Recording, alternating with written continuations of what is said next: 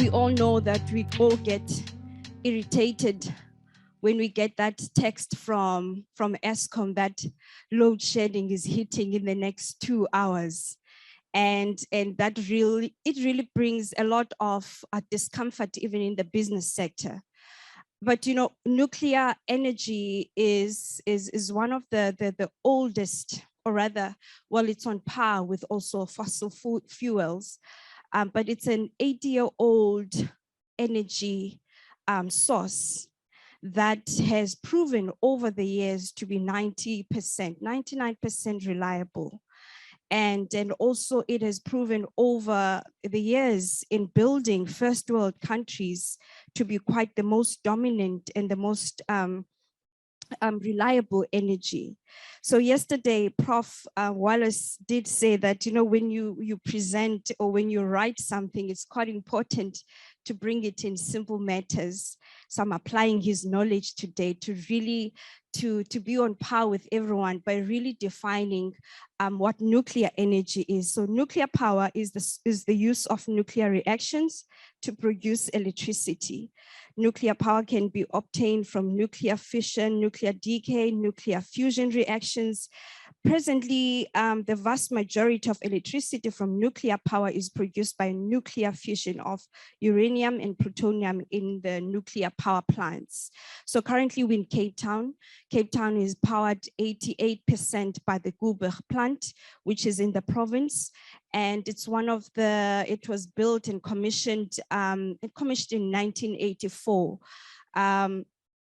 And in parallel to the Tayspan plant that is in the Eastern Cape.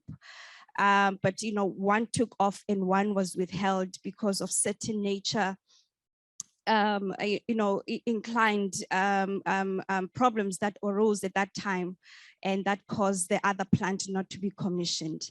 But in retrospect, and also speaking in the present times, the modern times that we're living in, which, you know, they are defined as the fourth industrial revolution times, due to the emergence of all the technologies that have been working in silo, and now they're coming together to tie the biological, the physical, and the digital.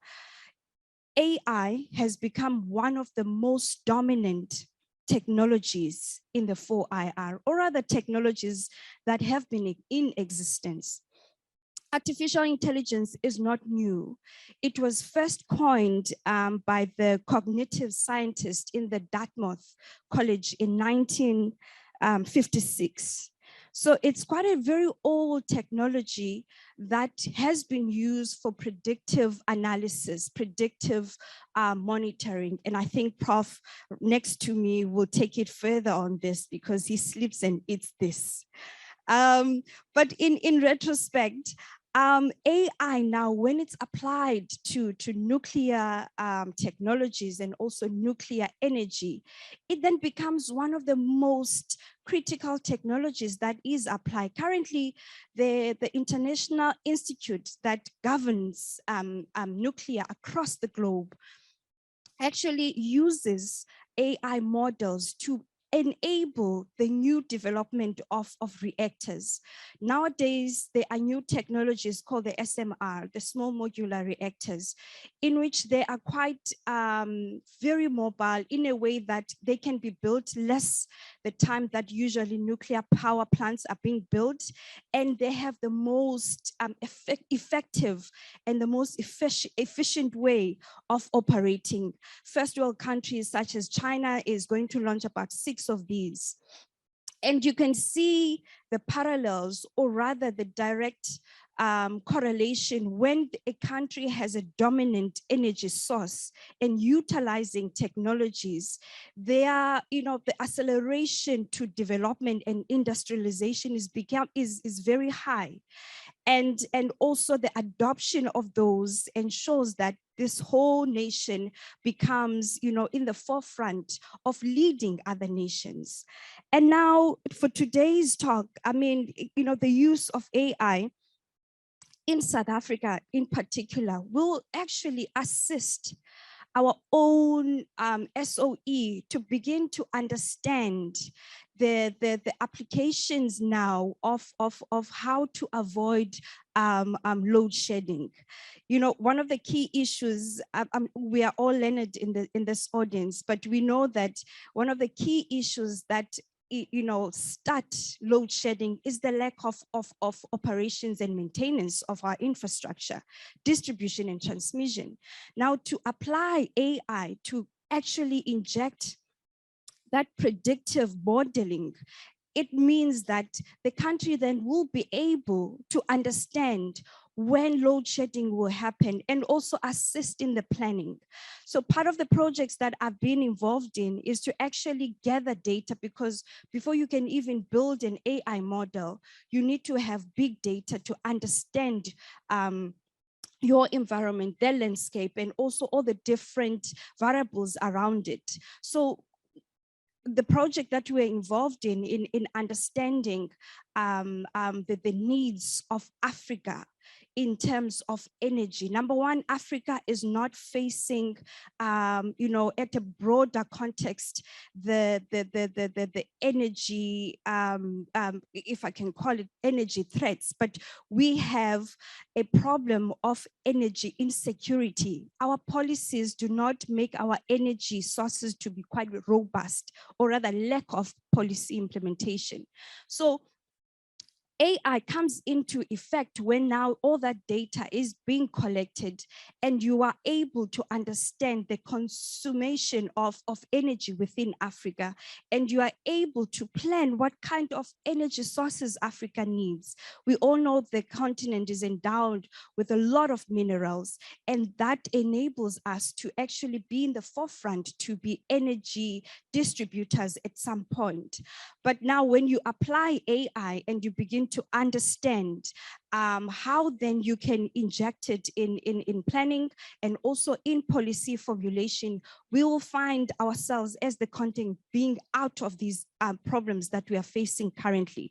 So in conclusion, and also to put this into bed, it's actually quite important that the research and development behind AI must be applied in the energy systems, and most importantly, globally, what is happening, AI is being applied to actually develop reactors that are more safe, and also operating systems for the nuclear energy sector that are more robust and reliable, on top of the 99 something percent that is actually proven of nuclear to be quite efficient. And then just lastly, I know that the country is going towards, our energy policy is on the energy mix to ensure that all these the technologies are on par. So in COP26 last year, there was a dominant agreement or majority agreement to actually have nuclear energy being labeled as or recognized as a green energy. So South Africa's policy on having nuclear in their energy mix is quite on point, and also to utilize artificial intelligence to predict and also to plan for our energy needs is quite something that I believe the research and development sector can assist our government and also the private sector to come about. Thank you very much. All right, Prof, your turn. Okay, firstly, thank you for the invite. And I must say, I'm totally shell-shocked here with all my clever colleagues. I think the only reason Usana invited me was a pity invite. And I'm not going to be able to tell you all these perfect things and how things work. I'll tell you tales from the dark side of how things really work, because reality is messy. And let me tell you what I do. For the last couple of years, I've been head of software development for Standard Bank, and I've also been chief technology officer. And the story I'll tell you now is it might or might not have happened on a project that might or might not exist, and I might have or might not have been part of this. Just to give you a sense of how things can work. So on this hypothetical project, we are building a platform for the bank. And I think all the big banks are busy with, the telcos are busy with this. So where you can buy and sell products, bringing suppliers and consumers together. E-market, yay, just put it there. So we're trying to build that type of thing, or might be building this type of thing. And so in typical agile fashion, we 9 or 10 people on this project. Now, first thing is we talk and we build a prototype and things look sharp. Then the first question is, somebody else went to some other conference and we need AI. Every big bank is doing AI. We need to do AI. Okay, so what are we going to do with AI? No, okay, that's cool. We'll do something on AI. Now, just to give you a sense, Standard Bank's about 6,000 IT people. And this is only now 10 of them. So now we build our thing and we're going to do AI. So the first thing is, we've heard this word discoverability. So if somebody logs onto our platform where we buy and sell stuff now, we want to actually bring different products up that they might like. Sharp, this sounds like a case for AI, Okay, so all goes well. Now, the first thing somebody says, okay, this is interesting, but we actually don't know who's logging on because nobody's logging on. They're just browsing our site. Nobody created the wallet. Nobody created the username, nothing. So we actually know nothing. Okay, now we're 2 weeks into discoverability and now we have to roll back because we don't know what to do. So then some smart guy comes up with, let's do search engine optimization, because somebody heard that at the conference. But that does that do for AI now? And, so we work on that because nobody has logged in. We need to actually find products. Okay, now we start on that. Sharp, everything goes well. 2 weeks later, we hear, okay, they're going to deprecate cookies. So all of our big work, AI work and data mining on cookies and all of that stuff comes to nothing because in 2 years' time, cookies won't exist. Okay, back to the drawing board.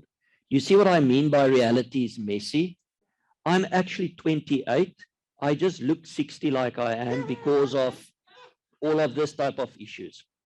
Okay, so now we solve the issue of external discoverability, but now something else. Now somebody has logged in. Because if you want to transact, there's payments, there's all of these things. So we actually need to know who you are. Well, now this is where the AI guys can get into, because now we track everything you do. Big Brother is watching. Big Brother is really watching. And sorry, it's my FNB colleague here. They're watching more than what we are watching. So now we're starting watching people. And we start to collect data. Now, the first thing is we need to phone some people because nobody in the team are AI experts, but we've heard the words at the conference somewhere. Let's phone the head of quantitative risk for the bank. This is a PhD from Dartmouth.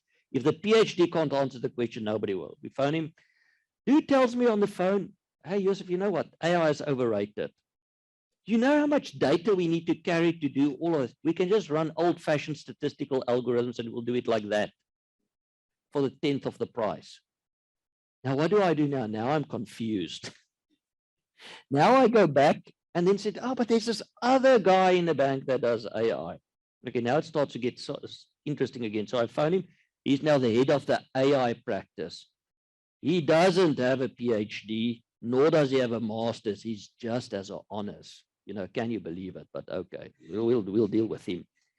And he told us this beautiful story that why the statistical analysis, which we've been fixated now on for 2 weeks, is not going to work because data changes. Things need to be lifestyle specific.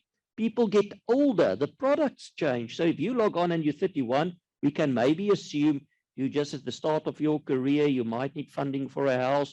You might need a loan. You're not going to do that for your entrepreneur or somebody that's 60. There you're looking at more how to offboard them, or how to manage daddy's trust fund, for their children. So everything is different. And this dude came up and I said, okay, yes. And luckily we do agile, so we do things in sprints. So at least we make 2 weeks mistakes rather than 2 years mistakes. So at least we could, okay, now we're off statistical analysis. Now I like this honest dude. He can tell me everything I want to hear. So now we're starting to work with him and then says, but Joseph, very few people in this country actually has implemented AI models in production that runs in productions for years and years, which adapts as a living organism almost. Because what everybody does is they go sit at their desk, work out some or other model, run it for a while in production. When the data change or a backend system change, this thing is so brittle, it falls over. So we spend more time actually keeping these things up and running than actually the models adjusting. So this is going to be greenfields for us. And I sit there and age another decade because I know greenfields never, ever just goes in 2 weeks' time. But why I'm telling you this story is, is what is needed from education, what industry wants, all of that is, we always think things are easy. We always think we know everything till you stand this deep in reality. And as you guys know, reality is muck. Reality is stinky.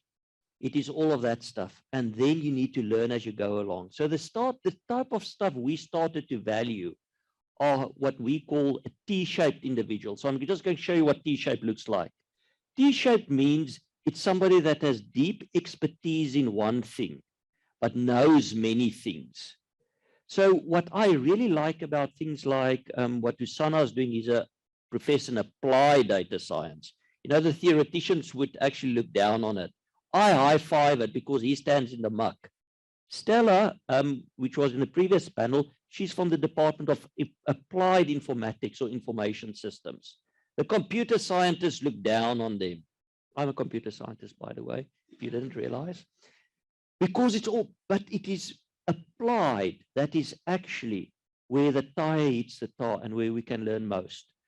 And what we value in these T-shaped individuals is if our education, all of that, can provide for people who wants to be a mathematician, a statistician, a nuclear scientist, an ambassador, give them all of those skills, but that our general curricula has elements of all of big data, AI, etc. in, so that when you're part of a cross-functional team, because that's also something that's different in industry than to academia, you always work part of a team, that at least there's somebody that knows enough to save you these two weeks mistakes. So that is the challenge I want to put out there, is try and get as not only focus on AI, not only focus on data, but focus on software development, focus on IT service management, focus on all of those type of things, so that when you in a workplace, if you want to go work one day, because you know academia doesn't work, it's a half-day job. Did you guys know that? Oh, that's okay. It's true. So that's the type of thing that happens, that when you hit industry, that you can actually be productive and that you can save time because you know other things. So other little things which we only found out as this hypothetical project progressed, halted, moved along slowly, was, okay, we in 18 African countries. What does the different regulators say about what we can do with your data? We have no idea. Do we need to go talk to every regulator now? Or how do we even get into their diaries? Because regulators are serious people. You know, you need to work through their PA's PA. That's about how you get to them. So these are all questions we didn't have answers to. We didn't even know what's in the South African Papaya Act to know what we can do with different things. So we need to pull these, if you think of the T-shaped individual, again, the subject matter experts in. But if we didn't have a broad idea to even know that there's regulatory issues, that we know in certain countries, you cannot move data across a border. That, for example, I cannot host my platform in South Africa for certain African countries because they don't allow data to leave their borders. If you don't know all of those things, you actually don't know how to design these things. And again, coming back to, and I'll close with this, and you can say, you please don't ever tell us about T-shaped individuals again. A T-shaped individual knows a lot of little things and have deep expertise. And those are the guys we value, not the deep, nuclear rocket scientist who just does one thing. We want people who do everything. And thank you very much. And I know you know many things. Wow, what a task to assign me. Thank you very much. First of all, I want to take the opportunity to convey my appreciation and how proud I am of NIMISA and the academics, and more importantly, the future, the PhD students here. Because what we are discussing here is actually the future and how prepared we are for that future. And how is that feature that is already here affecting us? Leonard, thank you very much for inviting me and your colleagues. I find it very hard for the first time to figure out what my departure point is. But however, as I listened yesterday and today, there are a couple of things that keep on emerging on what is required for this AI. Our panel is well-being, organizing, and the rise of AI. And the centrality of that is capability and capacity, as well as skilling. And while we look at digital skills, the issues that keeps on recurring are the issues of inclusivity, issues of youth, issues of women, issues of disability, issues of digital divide, issues of connectivity, and we've heard from the earlier colleagues, issues of infrastructure. So I try to frame what I have to say, which I'm not sure whether I will have the time to do so, but there are policy implications here that are central because the role of government on these emerging technologies is huge. What government does, how government invests, how government prioritize to build the capacity and the capability of digital technologies and AI is particularly important. I hear, of course, AI is a data hub, likes data a lot. And when I look at our context in Africa, there's lots of data, lots of diverse data. We tend to focus more on data and connect it to AI. And I think it's important, but it's not the crux of it. The crux of it is infrastructure. And as you've heard, and more specifically, data infrastructure. So the policy implications of data infrastructure is very, very important. So in my mind, as I sit here, I was scribbling, I says the prospects and implications of data infrastructure in our countries, particularly about access to services. Access to services to whom? To smallholder farmers, to marginalized communities, to climate vulnerable countries, for example. These are just some examples. And of course, access by the private sector and the municipalities. So in other words, there is a need to leverage the opportunities that already exist. Also clear is that when you look at climate, change in climate management is required. Adaptation and services delivery is crucial so countries can be well positioned to surmount out climate challenges, which fits into the heart of the marginalized communities because of survivability, food security, agriculture, smartening of agriculture, and AI plays a role. So as a community or as a collective, academics and other actors and agents, are we going to continue to be on the consumer side of AI rather than the sustainability side of AI, where our countries are not going to be used only as user gathering of data, but actually producers of data on different pathways that are central to sustainable development, whether it is health, whether it is agriculture, whether it is climate change, etc. To do that, of course, it links us back to the importance of education, to the importance of skills, the right skills, because AI is not something you talk about, it's something you build, something you do, something that requires certain capabilities, certain capacities, and there is a chasm, a disconnect of those requirements with what happens in our universities and in our school system, which requires huge disruptions and rethinking if we truly want to be on the production side of AI or emerging technologies rather than the consumerist side of things. So putting across the national, what I call a national digital advisory systems across the ecosystems of our country is very, very critical. This will facilitate access with ease as well as real-time, as well as gathering of quality data with tools and services to create accurate, intelligent information, and to enable us to build relevant and appropriate digital platforms and services, whether it is health, agriculture, or to offer services to communities.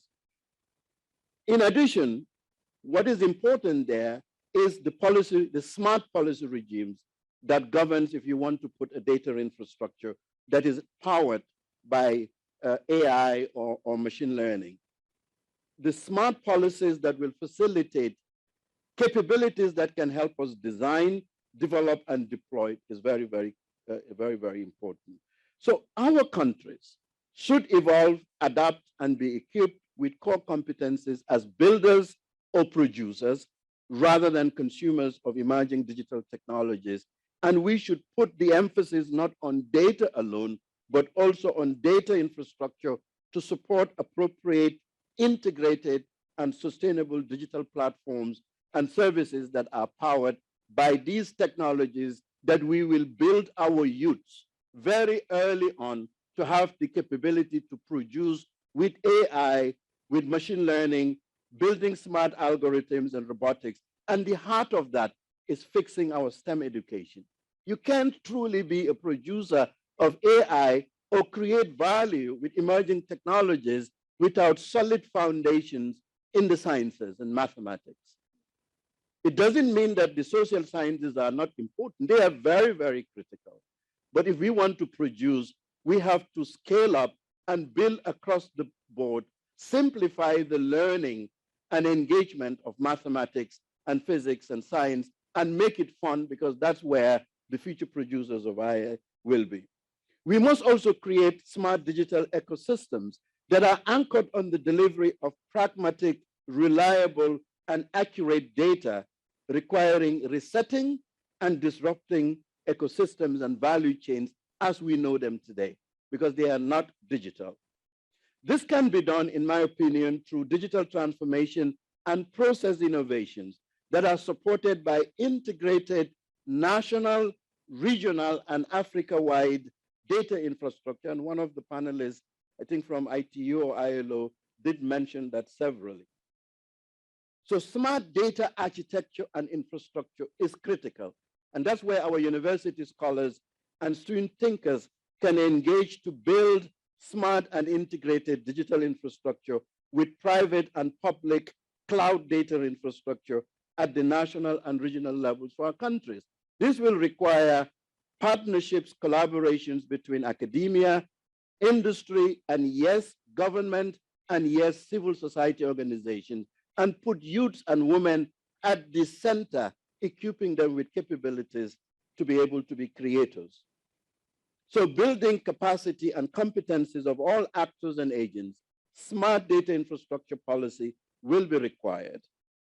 Failure of data infrastructure policy regimes would, unfortunately, let these emerging technologies in health, in education, in learning, in agriculture, in climate-based digital technologies be deployed by others and will favor only those who are already connected. Typically us, men, the majority here, the wealthy, and those in urban areas, and we lose out for the benefits of these emerging technologies. Broadband connectivity is critical. So strong technical digital competencies and capacities in core digital technologies and data infrastructure, as we've talked about them today, whether it is AI, deep learning, blockchains, fintech is huge. Are we going to continue to be at the user end of fintech, or to be at the creating and developing end of fintech and the other smart technologies? How are we going to scale up our capabilities on knowledge engineering, on ontologies and semantic web technologies, etc.? So the value of emerging digital technologies, both in hardware, in software, on digital platforms and services and policy, must be assessed as to how they will be enabled or how they will enable to solve the digital divide, the connectivity issues, to reduce the digital gender gap, the affordability barrier, and the urban-rural area. My time is up. The other point, which has been occurring, which is education. With these emerging technologies and digital environment and the rise of AI and the rise of intelligence, the notion of traditional approaches of pedagogy and curriculum must be disrupted. Is it viable today to take 4 years for a degree? We have to question that. Is it viable to ignore the rise of Coursera, Udacity, MITx, edX, when you can go and create your own degree program for competencies that are precise, that will give you skill sets to produce? When are we as institutions factor that in how we revamp our degree programs, our curriculum, the pathways, so that they are more relevant for employability and for creation, where we infuse other aspects that can make our youth more viable players and entrepreneurs in this very exciting emerging area that may elude us as a mirage. The other question is the rise of micro-credentialing. How are we going to infuse that in disrupting how we are learning? How are we going to make sure that our PhD students ask the right questions? I heard my colleague here talked about discovery as a huge element in the rise of AI in organization. How do you infuse empathy in that discovery that is expected and relevant to be producer of AI systems and platforms and services? How do we ensure that definition and contextualization and adaptability is central? How do we ensure that we deploy, that's the 3D, right? We deploy across the board to create value. How do we deliver? So that an organization that is confronted with the rise of AI can factor these 4Ds to create value internally and for the stakeholder and for society and for community. How do we protect us? You had the lady from ITU mention about her niece going to the clinic and the IT artifact or the AI artifact is not adequately situated to appropriately adapt to the targeted user. Until we begin to take charge of that, this becomes a problem with AI devices.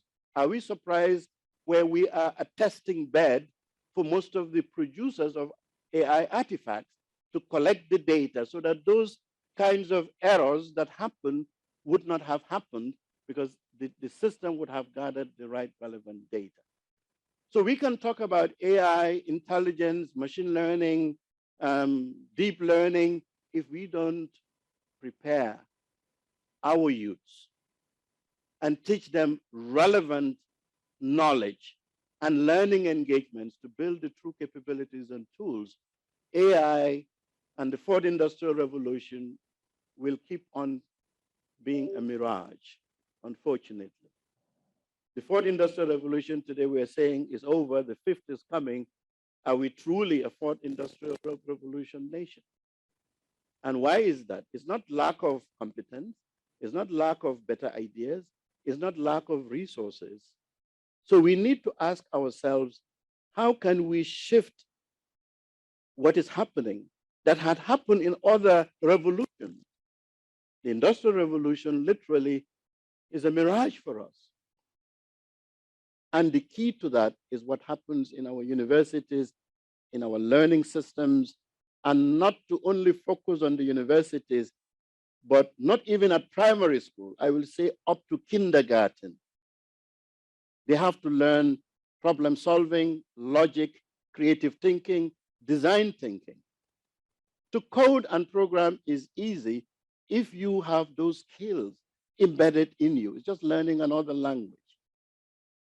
If not, we will not participate. And that's my worry. We will not effectively benefit from the value that is being created by these emerging technologies. And lastly, let's not forget the importance of intellectual property, the importance of patents, the importance of ensuring that we have intellectual policy in our universities and transfers of knowledge regimes, because all of these are relevant in a data science world, in an AI world, where it is governed hugely and driven by intellectual prowess. So how do we ensure that we have capacity and capability and policy regimes for IP and patents and our indigenous knowledges to be protected and find itself or themselves into AI artifacts and platforms and services? Thank you very much. A runaway train is heading towards 5 workers on a railway line. There's no way of warning them, but you're standing near a lever that operates some points. Switch the points, and the train goes down a spur. Trouble is, there's another worker on that bit of track too, but it's 1 fatality instead of 5. Should you do that?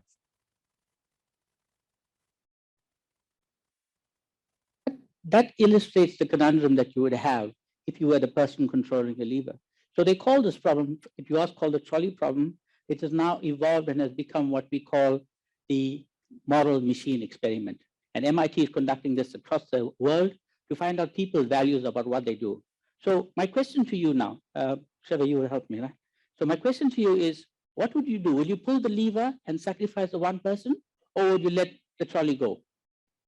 Now you have only 2 choices. The T-square man told you when you get to the T-square, left or right. It's, the deep skill or deep tuck, you decide now. What are you going to do? How many of you would pull the lever and sacrifice the 1 person? You would. Okay, how many of you would just leave it? So I'm assuming a non-response means that you're choosing the second option, right? So let's just leave that. There's just 1 person. Say, well, thank you for supporting me.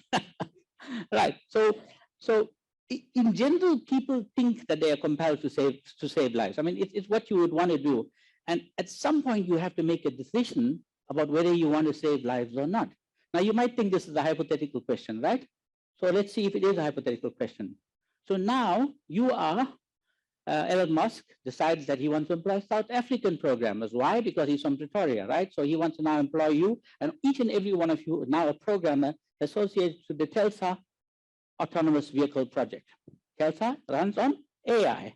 Telsa can recognize any and everything. Now you reach a particular point in there where you have to make yes, no, left, right, true, false decision. You're T-square again, right? So you're there, you have to make a decision. Now, remember you are the programmer. So once you program it into the machine will make the decision for you. So here's what's going to happen. There's your car, there's a Telsa. You've written the code. What your AI can recognize what it's seeing. What are you going to do? How many of you are going to choose A? And how many of you are going to choose B? You cannot, the program says if then. It says if then, there's no, come on, and then else. You got 2 options. Come on, be brave. How many of you would choose the old person? But not your mother-in-law, man. Come on. Okay, okay. So, how many of you would choose the old people? Okay. So please keep your hands up. How many of you would actually choose the child? Yes. Will you choose to sacrifice the child?